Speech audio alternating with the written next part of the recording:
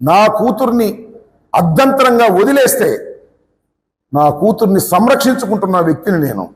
నా కూతుర్నే కాదు, నా గుండబోలు గౌతమ్ కూతుర్ని కొడుకుని కూడా సంరక్షించుకుంటున్నా నేను.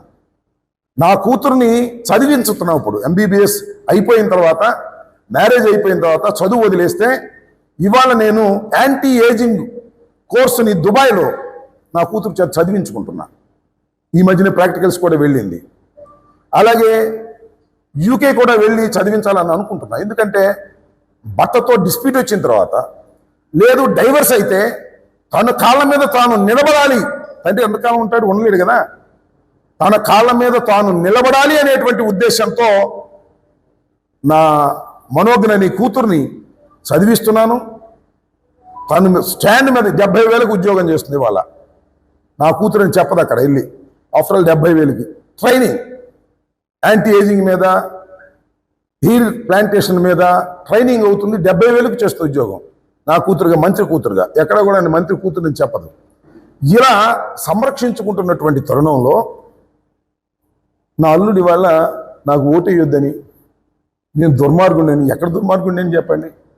ఏదైనా దుర్మార్గుడైతే నా అల్లుడై ఉండాలి. నా కూతుర్ని వదిలేసిన అల్లుడై ఉండాలి. తన కూతుర్ని కూడా వదిలేసిన అల్లుడై ఉండాలి. తన కొడుకును కూడా వదిలేసిన అల్లుడై ఉండాలి. నేను 2014లో ఓటమి పాలయ్యా. దయచేసి కోడెల శివరాం గారు ఏం అనుకోవద్దు. కోడెల శివరాం గారికి, కోడెల శివరాం గారి భార్యకి మధ్య వివాదం ఉంది. మీ అందరికీ తెలుసు. విశాఖపట్నంలో గొడవ జరిగింది.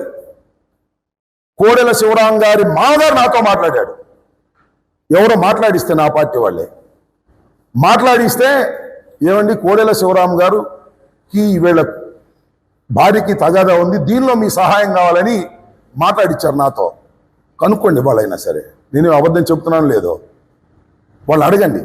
కోడెల శివప్రసాద్ గారి, కోడెల శివరాం గారి భార్యను కానీ, కోడెల శివరాం గారి మామగారిని కానీ ఏం చెప్పాను తెలుసా ఆ రోజున?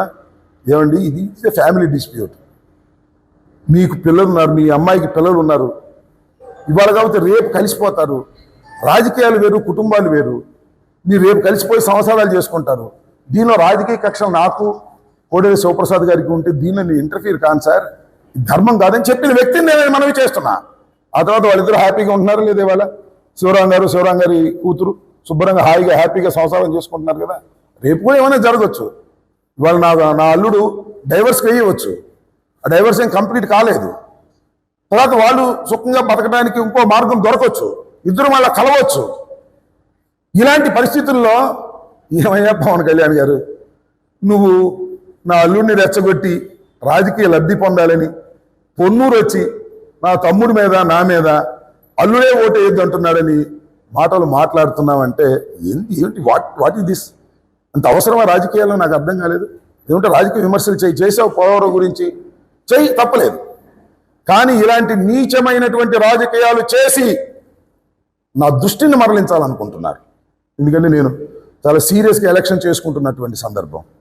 నా దృష్టిని మరలించి రాజకీయాల నుంచి ఫ్యామిలీ వైపు చేయాలనుకుంటున్నారు. అట్లా దృష్టి మరలేవాడిని కాదు. ఇవాళ కూడా నేను ప్రెస్ మీట్ పెట్టేవాడిని కాదు.